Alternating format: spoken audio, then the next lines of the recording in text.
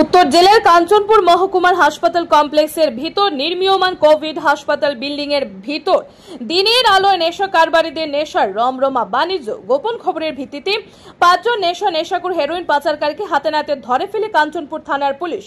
তাদের বিরুদ্ধে এনডিপিএস ধারায় মামলা রুজু করে তদন্ত অব্যাহত রেখেছে পুলিশ। জানা যায়, কাঞ্চনপুর মহকুমার হাসপাতাল কমপ্লেক্সের ভিতর নির্মীয়মান কোভিড হাসপাতাল বিল্ডিং এর ভিতর দিনের আলোয় দলবদ্ধভাবে চলছিল নেশাদ্রব্য বিক্রি ও সেবন। এমন এক গোপন খবরের ভিত্তিতে আজ কাঞ্চনপুর থানার পুলিশ আজ বেলা আনুমানিক 12টা নাগাদ খবর পেয়ে 5 জন নেশাখোর হেরোইন পাচারকারীদের হাতে নাতে ধরে ফেলে।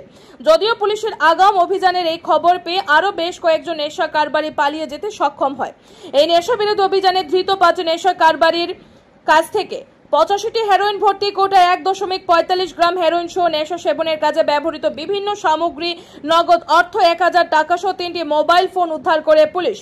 ধৃতরা হলো যথাক্রমে মুং নাংহার রিয়াং বয়স 32, পিতা মৃত নরেন্দ্র রিয়াং, বাড়ি কাঞ্চনপুর থানাধীন উড়িছড়া এলাকায়। মিহির কুমার রিয়াং বয়স 24, পিতা বিক্রম জয় রিয়াং, বাড়ি কাঞ্চনপুর থানাধীন বিশ্বাসপাড়া এলাকায়। পঞ্চমণি চাকমা বয়স 24, পিতা রতন চাকমা, বাড়ি কাঞ্চনপুর থানার অধীন দশদা গৌড় চন্দ্রপাড়া এলাকায়। জিমন মিয়াং রিয়াং বয়স 19, পিতা শচীন্দ্র রিয়াং, কাঞ্চনপুর থানার অধীন দশদা হেলেনপুর এলাকায়। মঞ্জলা রিয়াং বয়স 27, পিতা ফিরেন্দ্র রিয়াং, বাড়ি আনন্দবাজার থানার অধীন সুভাষনগর এলাকায়। এই ঘটনায় এলাকার লোকজনদের মধ্যে তীব্র চাঞ্চল্য ছড়িয়ে পড়ে। এক্ষেত্রে জনগণের মনের মধ্যে স্বাভাবিকভাবে প্রশ্ন ওঠে, কাঞ্চনপুর মহকুমার হাসপাতাল কমপ্লেক্সের ভিতরে নিরাপত্তা কোথায়? রীতিমতো নেশা কারবারিরা মহকুমার হাসপাতাল ভিতর নির্মীয়মান এই বিল্ডিং এ নেশা বিক্রি ও সেবনের নিরাপদ আশ্রয় হিসাবে পরিণত করেছিল। পুলিশের এই অভিযানে বিল্ডিং এর মধ্যে লক্ষ্য করা যায় যত্রতত্র ছড়িয়ে ছিটিয়ে রয়েছে নেশা সেবনের জন্য ব্যবহৃত নানান সামগ্রী। কিন্তু হাসপাতাল কর্তৃপক্ষ কাঞ্চনপুর মহকুমার হাসপাতাল কমপ্লেক্সের ভিতরে নিরাপত্তা নিয়ে কেন এতদিন উদাসীন ছিলেন, তার কোনো সঠিক উত্তর খুঁজে পাওয়া যাচ্ছে না।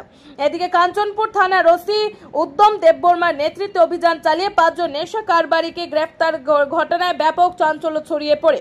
ওসি উদ্যম দেববর্মা জানান, নিষিদ্ধ হেরোইন সহ আটকের ঘটনায় 5 জন অভিযুক্তের বিরুদ্ধে এনডিপিএস আইনে মামলা দায়ের করা হবে।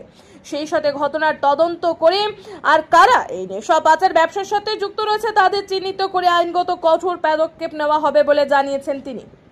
ব্যুরো রিপোর্ট, আর ই ধর্মনগর।